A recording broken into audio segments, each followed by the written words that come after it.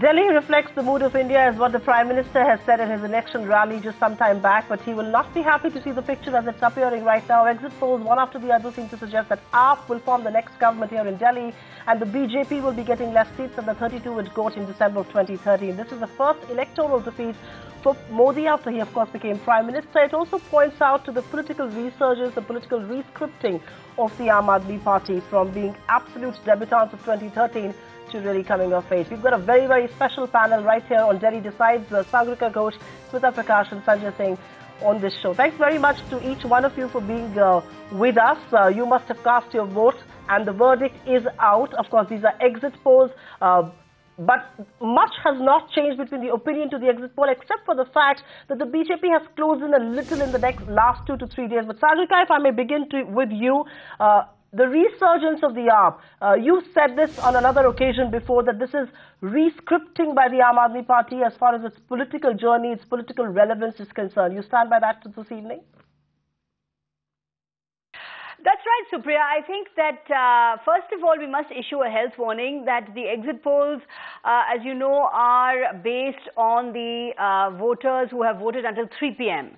So we still don't have the results of the polls post 3 p.m. So that's the health warning that we have to send out, that the kind of projections that the exit polls are giving are up to 3 o'clock. But having said that, yes, every exit poll is more or less bearing out the trends in the opinion polls, which is showing the AAP well ahead. As I said before, Supriya, I think the AAP has scripted a remarkable comeback. They have launched a political opposition to the Modi-led BJP, which is a political juggernaut. They've managed to oppose him politically, which I think is an important achievement. Rather than doing it through the civil society route or through NGO route or through legal route, this is a political opposition. It consists in grassroots level mobilization, consists in going down to the local areas, and also importantly understanding the changing nature of Delhi.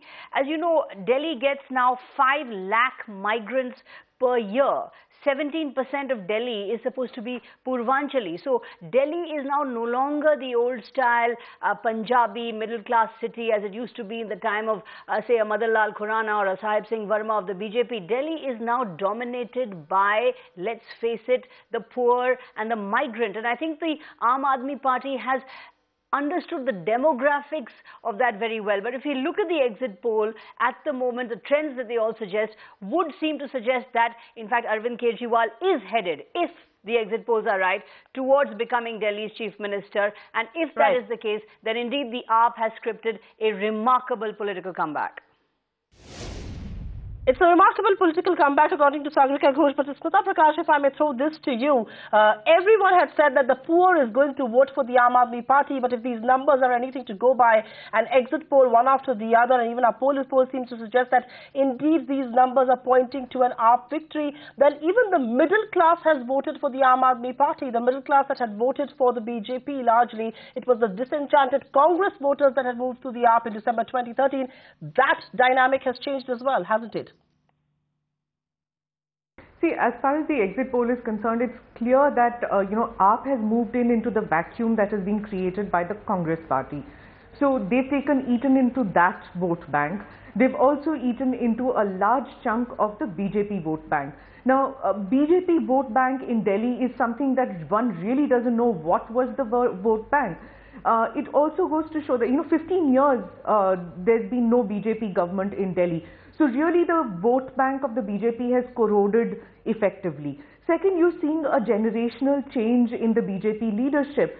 You've seen that this was the Gad, the fortress of the BJP old guard, Advani, Murli Manohar Joshi, Sushma Swaraj, Madan Lal Khurana, Vijay Kumar Malhotra, Vijay Goyal. These were all these big stalwarts of the BJP who built the party.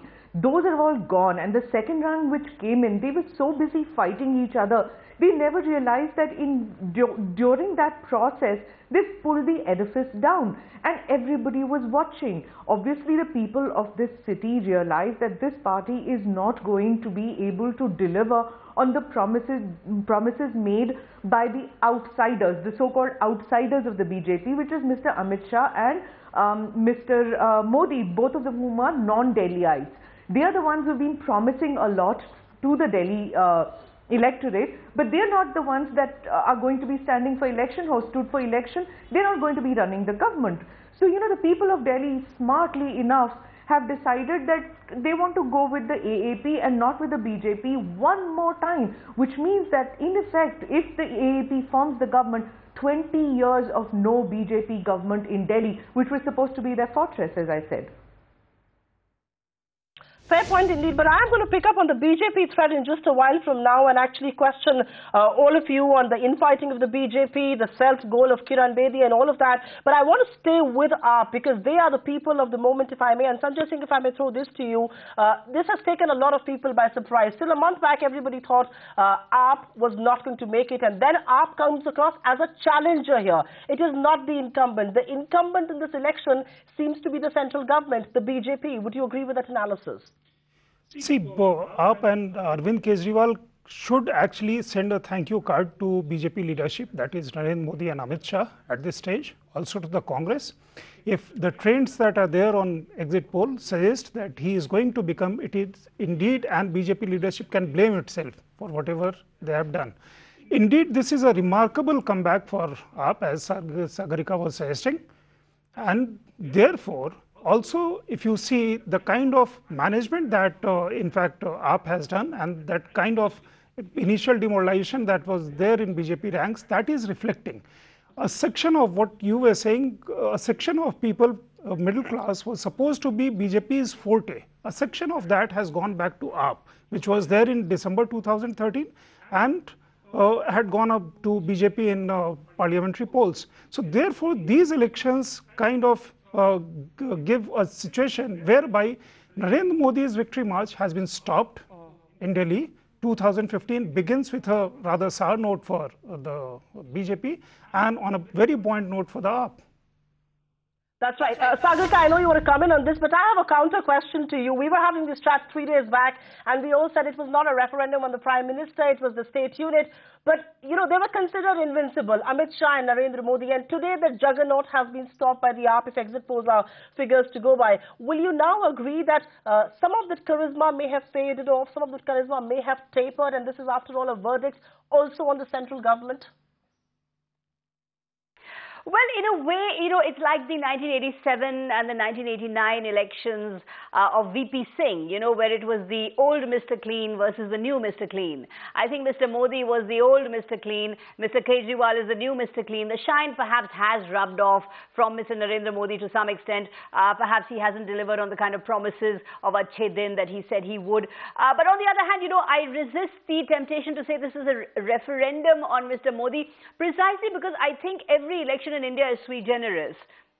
And I think that looking at Bihar, which is the other state which is in the news today, there you could well find that the BJP is able to script a victory simply because, as I said, the caste arithmetic may be with Lalu and Nitish, but at the same time, there is no counter narrative. So there again, the BJP could win. So there again, will we say that, in fact, it's a referendum again on Mr. Narendra Modi. So I think it's perhaps a little early to call this a referendum on Mr. Modi. I think it has everything to do with the Aam Aadmi Party and the state BJP. You know, for example, the history of the BJP in Delhi has been one of consistent missteps. They brought in Sushma Swaraj at one point to replace the Madan Lal Khurana. She went down with the onion. They then removed Mr. Harshvardhan at some point from the campaign committee of the BJP. That alienated the cadre. So they've made a series of missteps. And I think the biggest self-goal for the BJP in this election in Delhi was the induction of Kiran Bedi. I think it was a calculation that she would get the aspirational vote, she will get the youth vote, but that simply backfired. She had no time. She just had 20 days. And she came across as the aristocratic paratrooper who had been paratrooped in from the outside by Amit Shah, whereas Arvind Kejriwal was the one who had built the sustained party and had sustained long work and had actually gone to the grassroots and built the movement. So I think the contrast between... That's right. Kiran Bedi and Arvind Kejriwal was very, very stark. It also came out in some of the interviews that Kiran Bedi said there were a series of missteps, some sensational sound bites were given out. She simply didn't have the time to develop that mass connect. You know, as they said, Kiran for the classes didn't make the transition to becoming Kiran for the masses. So I think Kiran Bedi and Arvind Kejriwal are the two factors here, not that much Narendra Modi. Smita Prakash, do you agree with that, or would you think otherwise? This is not just Kiran Bedi and not just that self-goal, but it is also a verdict in some sense on the central leadership. Aam Aadmi Party was, after all, against the might of the central government, against the might of Amit Shah and Narendra Modi. Will you agree with that analysis, or do you choose to disagree? I think Delhi elections are completely different from the national scene. You know, the Delhi voter is the most unpredictable. I would respectfully disagree with the fact that Mr. Kejriwal is the new Mr. Clean and Mr. Modi is the old Mr. Clean. I don't believe that the Delhi voter has voted for a Mr. Clean this time. I mean, that Mr. Clean has got so damaged, that term has got so damaged over the past couple of years. So you talk to anybody, they say sab ek jaise hain. But when they go to vote, they clearly want to vote for a particular person. But I don't think it's the clean or non-clean image. They just feel that Kejriwal is somebody who's going to deliver simply because he's going to be in Delhi. He's going to be the person who's going to be the chief minister, not Mr. Modi. The other part is about choosing Kiran Bedi. You know, when she was chosen, everybody thought that everybody across the board said, oh, master stroke by Mr. Amit Shah, simply because everybody thought that Mr. Amit Shah just knows every election and that Mr. Amit Shah and Mr. Modi just know how to calculate a win election after election. So they thought this was a master stroke. Clearly, even master players can make mistakes. Because I think Kiran Bedi just didn't cut the card at all. She was not classes or masses. It just didn't work. That magic, God knows what it was, when it was. I think maybe when we were kids and we thought of the Kiran Bedi image, but that all disheveled one after the other, that crumbled before our eyes as we saw her campaigning. Fair point indeed. Whether she was for the masses or the classes, we'll have to wait and watch to the 10th of February when the final word does come out. But we're going to come back and debate, will Kejriwal be able to evolve into an able administrator, and will BJP now also change its strategy instead of posing Prime Minister Modi everywhere? We take a quick break, come back with many more details.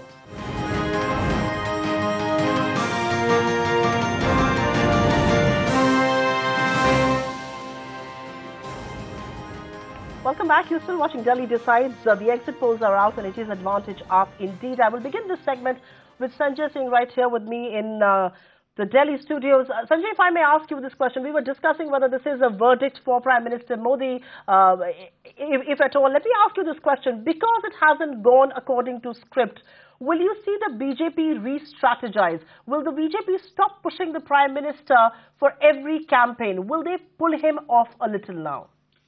No, Modi has to be there for BJP campaigns. This was a strategic mistake, not because Modi campaigned or was he a mascot for these elections, or was this a reflection on leadership of Modi at the helm at the center.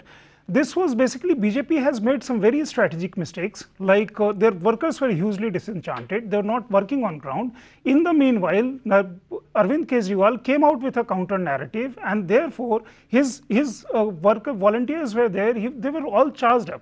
In between, what happened, Kiran Bedi, when she came in, and Harswardhan, the man who took BJP to 32 seats, the people who were also managing last elections were nowhere to be seen in BJP office. They were not at the helm.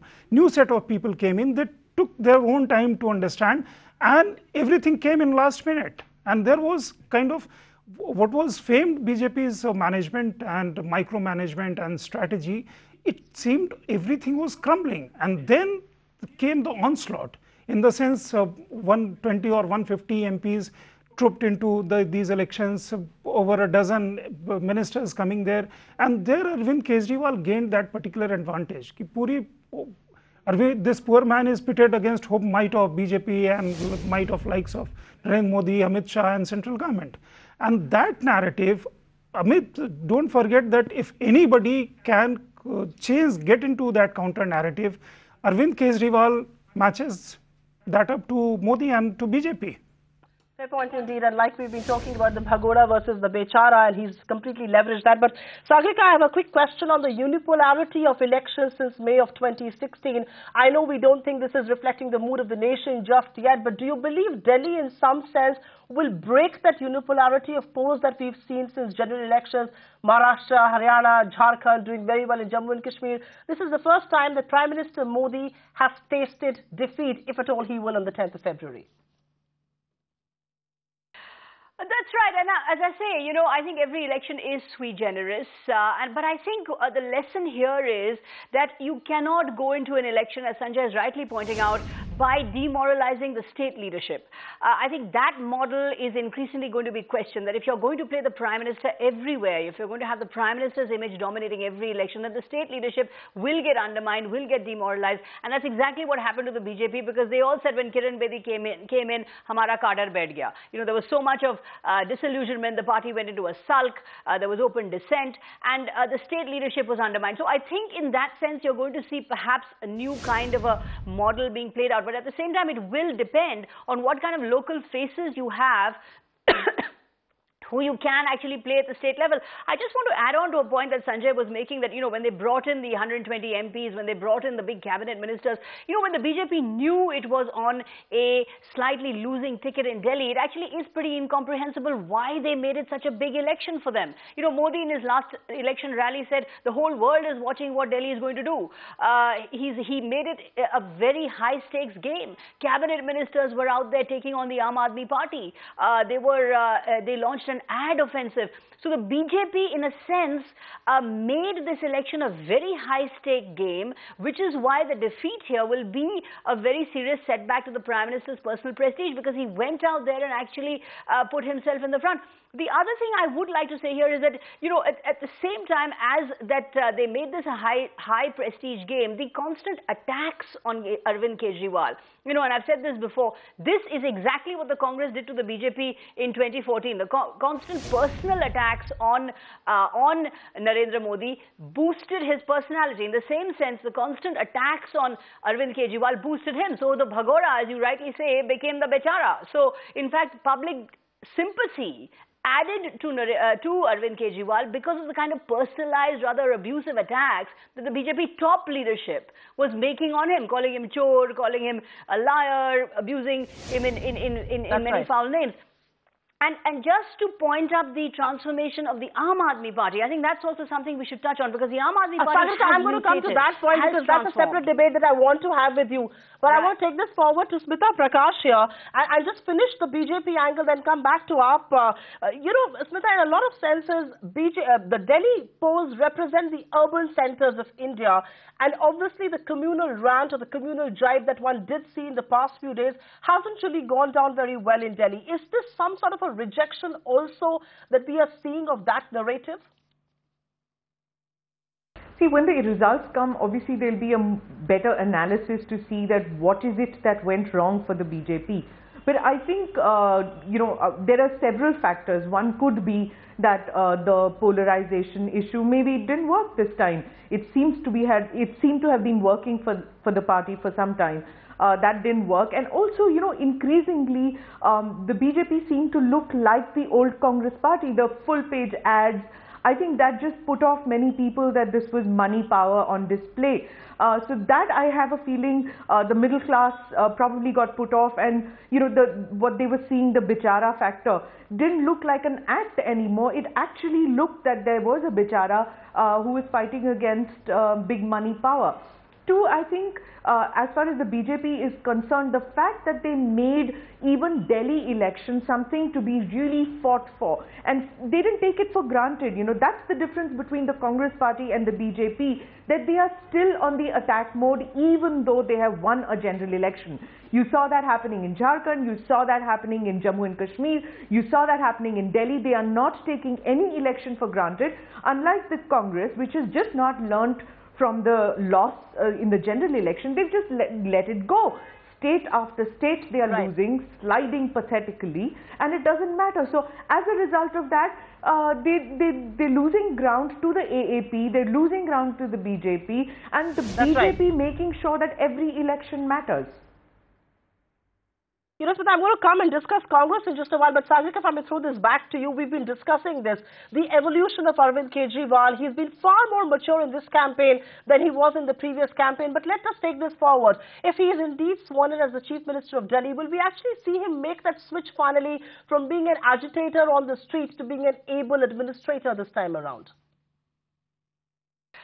You know, Supriya, I think what's happening with the AAP is that they are learning on the job. I think they're learning quickly. I think they're very nimble. And I think they are not hesitant to admit mistakes.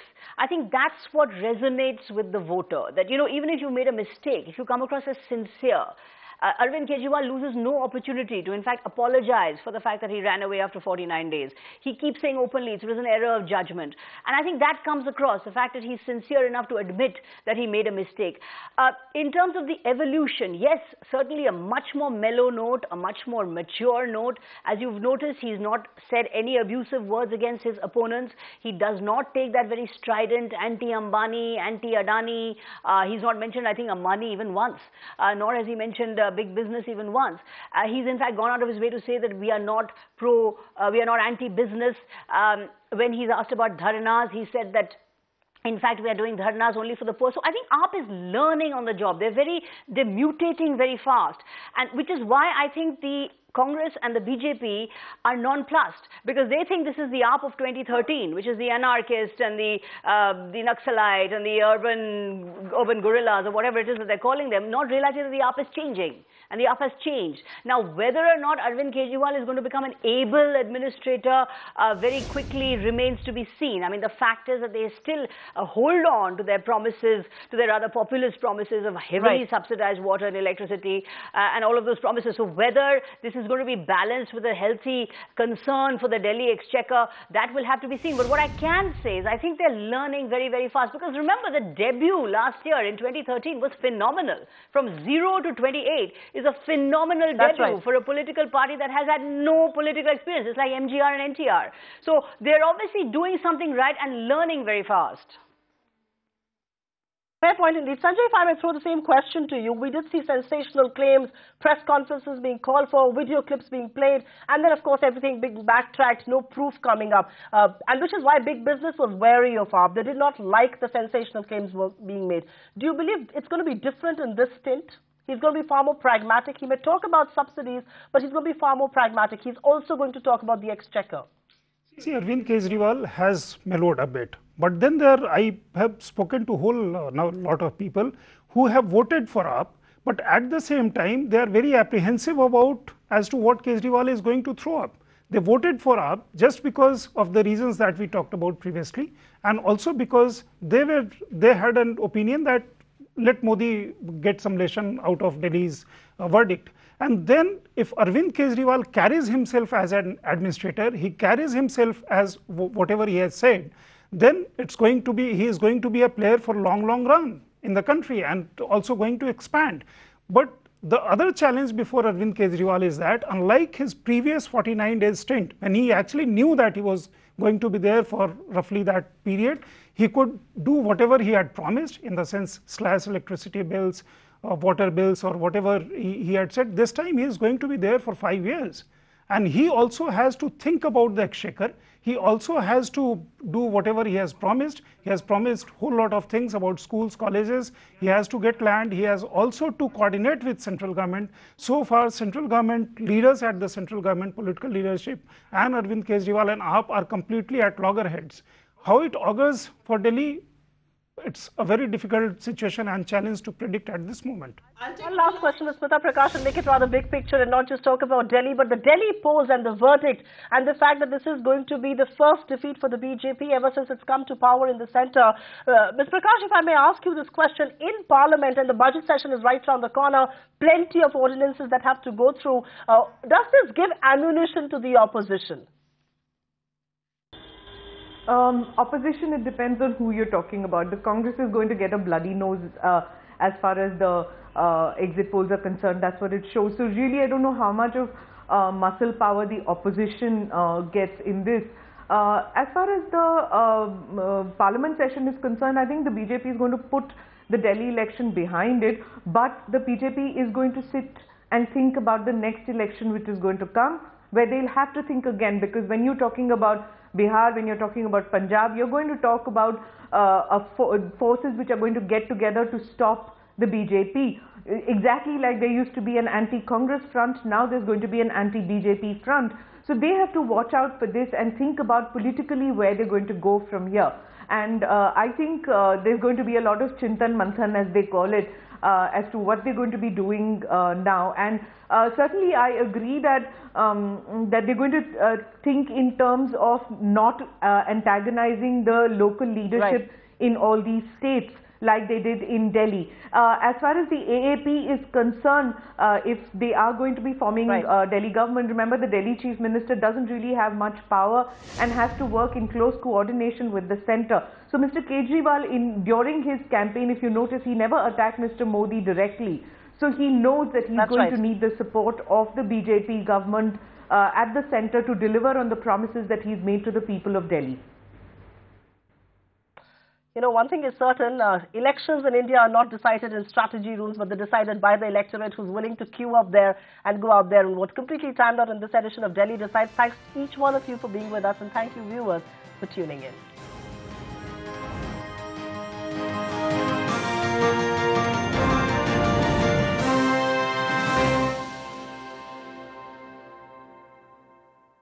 Find us on Facebook at facebook.com/ETNow and don't forget to click the like button. You can also follow us on Twitter at ETNowLive. To stay updated with all our programming, hit the subscribe button on our YouTube channel by logging on to youtube.com/user/ETNow.